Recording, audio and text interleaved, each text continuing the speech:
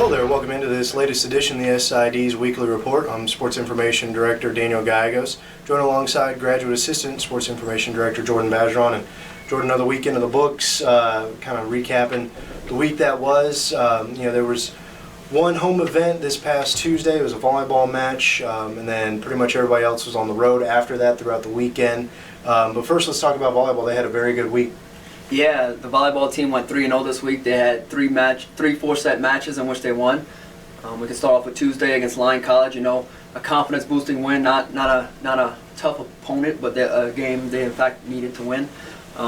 Story of that match: Monji had 18 kills. I mean, she's been a consistent force for the Lady Muleriders all season long. But even the bigger story was McNee. She matched Monji with 18 kills, and she actually swung a career-high 412 hitting percentage. So it's good to see McNee picking her game up, and Taylor Rayum also had a career-high 49 assists. So that's good to see that Taylor Rayum is getting the balls to the attackers, and they hit nearly 300 as a team, and it was a total all-around effort for the Lady Muleriders. You know, it seems to be that when we were talking earlier on in the year about kind of trying to find that consistency, find that maybe that gelling together as a team, a lot of new players in some very key spots, and you know, Coach Graham has kind of tinkered with his lineup pretty much for the most of this early on in the season, but I think now they're obviously starting to find some success as far as wins and some statistical performances that are really through the roof. Now he seems to have found the lineup that he needs to move forward. Talk a little bit about that, kind of the changes and where they are. Yeah, well, Grimm is really set on his lineup now. He's got Ali O'Banian playing as the middle hitter. She started off as outside. She's now set in that middle position. He loves the way she's blocking. Her and Logan Talbot double up as the middles. And then you got Amanda Monji on the outside, who's been unbelievable this whole season. And you got Haley McNee and Lauterbach also on the other side. So, and then you got Hannah Rice at libero, and of course Taylor Rayum at setter. So Coach Grimm has found his way, and he's found a set lineup for now. You know, and then that lineup that they've gone recently, where they've had their success, obviously translated into this weekend. They went on the road versus Southwestern, had to back it up, play Friday night, and then have to turn around and play Saturday again. That was at Northwestern Oklahoma, far away from home, but more or less home away from home, as they came away with a couple big wins. Talk about that. Yeah, they got a few big wins there. Monji again led with 15 kills, but again McNee, she swung 400. That's 2 consecutive games. She swung 400, and earlier this season we never saw that from McNee. So that consistency from McNee is huge for the Lady Muleriders. That way defenders can't lock on to Monji, or they can't lock on to O'Banian, the 2 most consistent hitters thus far for the season. They had 4 players in double-digit digs that match. So again, it was a tough road test for the Lady Muleriders, but they came out with the victory. You know, while we recorded our show last week, obviously the Players of the Week for the conference weren't distributed yet. They come out on Tuesdays, and so here, take an opportunity to kind of talk about some Players of the Week. We had a couple of them last week, didn't we? Yeah, we had Amanda Monji. She had an incredible week. She had 4.53 kills per set. I think she had 68 kills in 4 matches, so she had an incredible week. And Taylor Rayum, you know, she's really stepped up lately. She's had another incredible week this week, but last week she had over 10 assists per set. And me and you have continually talked about Taylor Rayum's athleticism at the net. You know, she gets tough passes, and she finds a way to get them out the net really incredibly at times.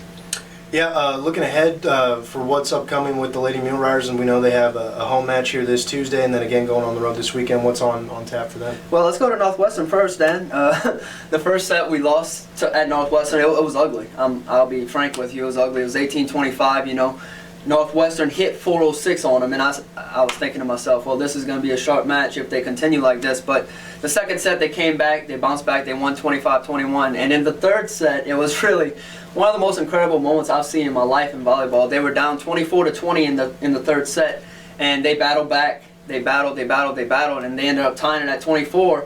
And one point in that match, Northwestern hit a rocket at Lauterbach, and she threw her hands up almost to protect herself.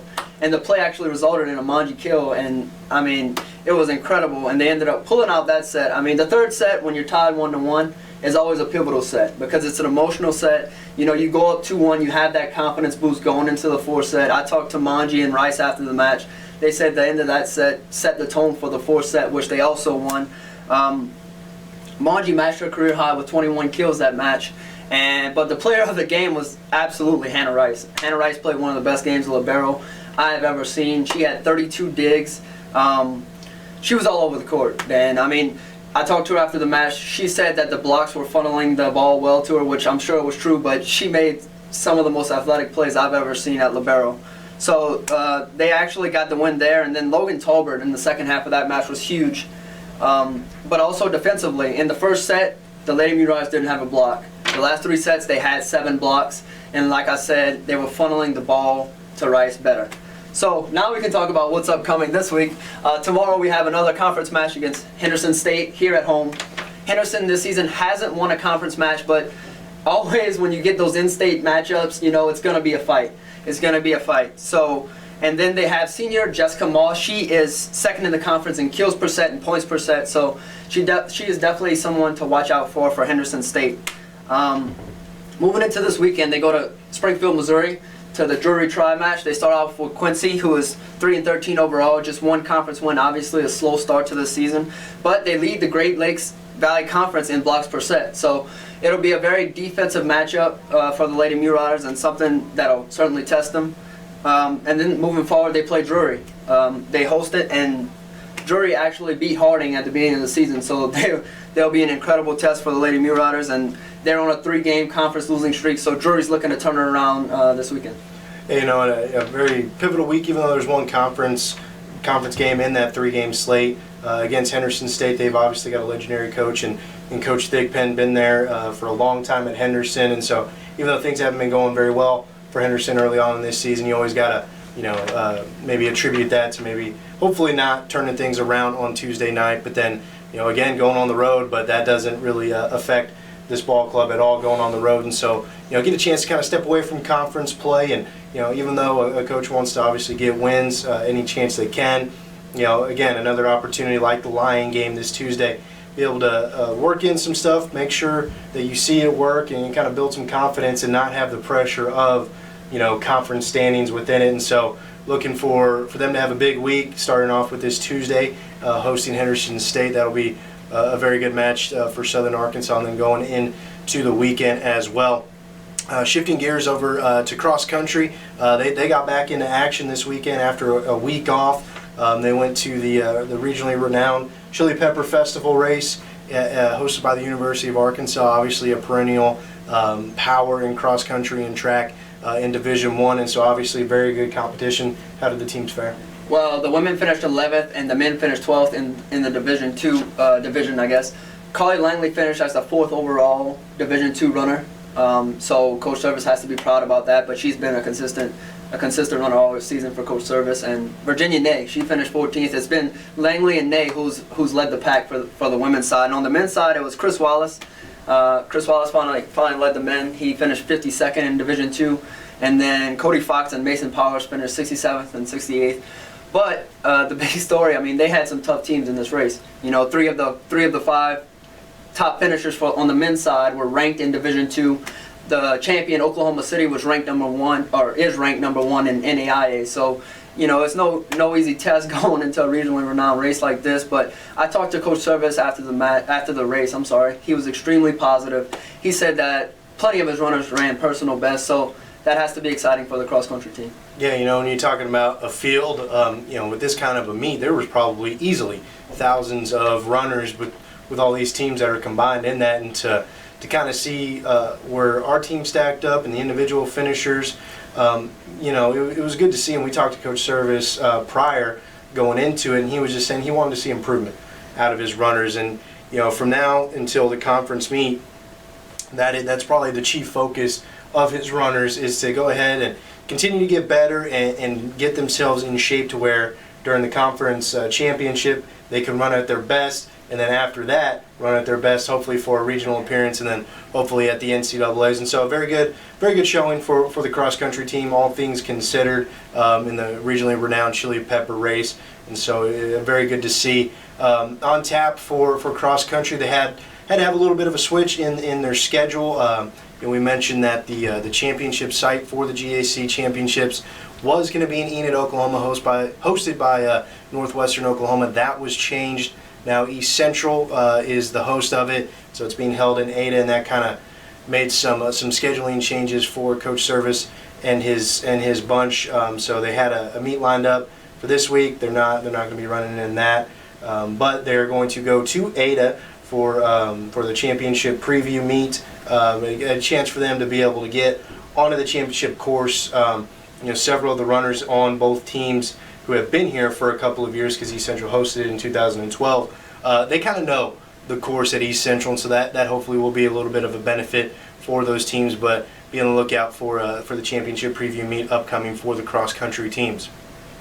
And then additionally, golf finally, or not finally, but they got back into action. They had a home event hosted at the Mystic Creek Golf Course, both the men and women in El Dorado. It's a beautiful, beautiful golf course out there.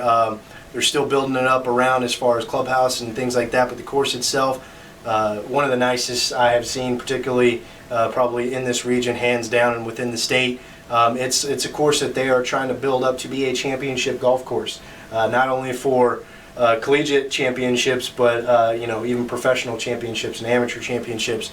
So that being said, a very difficult golf course. There aren't many golfers who consider themselves scratch golfers who can go out there and put up low scores there. So both the men and women competed in that. It was a relatively small field. Southern Arkansas and a handful of other teams competed in that. But again, it was one of those opportunities to get out there and just kind of, rather than practice, have the mentality of, okay, I'm in a 2-day tournament, and try to see what we could do. George Adams for the men had shot a 77, 5 over par the first day, which was good. Fell off a little bit in the second day, but that was picked up by Gordon, who came in and shot a 77 again in that second round. So he turned around and it had a very good round. That was the lowest round for the Muleriders there in round 2. And the women's golfers, good to see them compete. Held a lead, led them once more. So obviously things to work on, but very difficult golf course, and they did pretty well at that. Moving into football, difficult weekend. Tough task, asking to go on the road and face number 15 ranked Harding. And it was a Harding team that looked very impressive. Obviously, out of the triple option flexbone offense, they like to run the ball a lot, and they did. They ran for a considerable amount of yards against Southern Arkansas, and they were able to break open a couple of big runs that really turned the focus in the game. And even though Southern Arkansas, they fell behind in it, they scored a touchdown towards the end of the first half. Looked like momentum was going to be building on their side, hopefully go into the half and come back. And then not 2 or 3 plays later, another big run for Harding broke off, and they scored a touchdown, which kind of demoralized things going into the half. But a very difficult task, asking the team to go on the road and take on a team like Harding. And so they came away with the loss, 56-13. But Riders will hopefully try to regroup this upcoming weekend. Yeah, we talked about before they left for Harding, we talked about how important time of possession would be. So can you tell us a little bit about what the time of possession stat looked like and how it affected the Muleriders? Yeah, Southern Arkansas all year long has really dominated the time of possession battle against their opponents in a particular game, but this game was one that they weren't able to dominate or even have an advantage in time of possession. A lot of that is credit to the Harding offense, where they ran the ball, I believe 55 times, only threw it 5 times. One of them went for a touchdown, 2 of them were intercepted by Southern Arkansas. And so there's not a lot of obviously incomplete passes that will stop the clock when you run the ball that much. And also to credit the Harding defense, they obviously came to play. They were very aggressive, hit hard, they were gang tackling, and so that kind of contributed a little bit to Southern Arkansas early on in the game. More or less struggling to move the ball. Their first 2 possessions were 3-and-out possessions, and Harding answered on the other side with a pair of touchdowns, and so that contributed to the early hole there. But time of possession, it wasn't there, even though Southern Arkansas was able to get a couple of turnovers on their end. They weren't able to play a clean game in the turnover department on their end too, and so those extra opportunities gave Harding extra possessions that Southern Arkansas was not wanting to give them going into the game. And so very difficult. I felt that Harding was going to, Southern Arkansas was going to have to play almost a mistake-free game against Harding, just considering you're going on the road, you're playing a team like that. You don't need to give them any extra chances. And there was a family day crowd for them, so the home side stands were packed, they were loud, it was a good atmosphere there for a college football game. And Southern Arkansas just wasn't able to come up with the upset. But you know, like you said, looking ahead, but one bright spot too offensively before I forget. Aaron Johnson, 4 catches, had 2 touchdowns, counting for Southern Arkansas's 2 scores.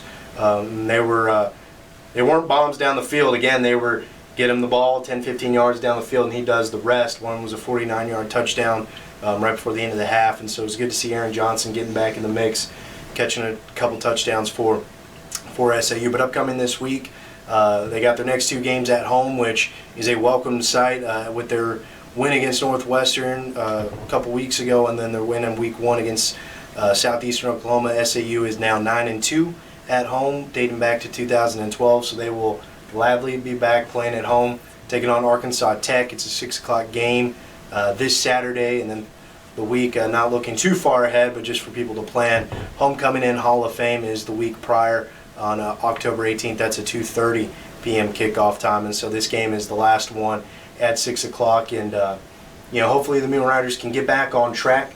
Arkansas Tech's a team, you look at them statistically, not an eye-popping offense, but their defense, they come to play too. At one point last week or 2 weeks ago, they were leading all of Division II in interceptions. They had 11 at that point. I think they've got a couple more since then. So ball hawking guys that are very opportunistic, and it'll be, again, key for Southern Arkansas to, if not eliminate, minimize turnovers as much as possible, and kind of get back to their game, running the ball effectively and passing with efficiency. And if they're able to do all those things, it should be hopefully a victory for Southern Arkansas. And so that's the week on tap, and this was the week that was. Jordan, appreciate it very much for all your contributions to MuleriderAthletics.com, particularly with the volleyball coverage and cross-country coverage here this fall. It's been tremendous. Go ahead and check MuleriderAthletics.com for all your live links throughout this week, and keep up with the Mule Riders at any time. Jordan, again, thank you. Thanks, Dan.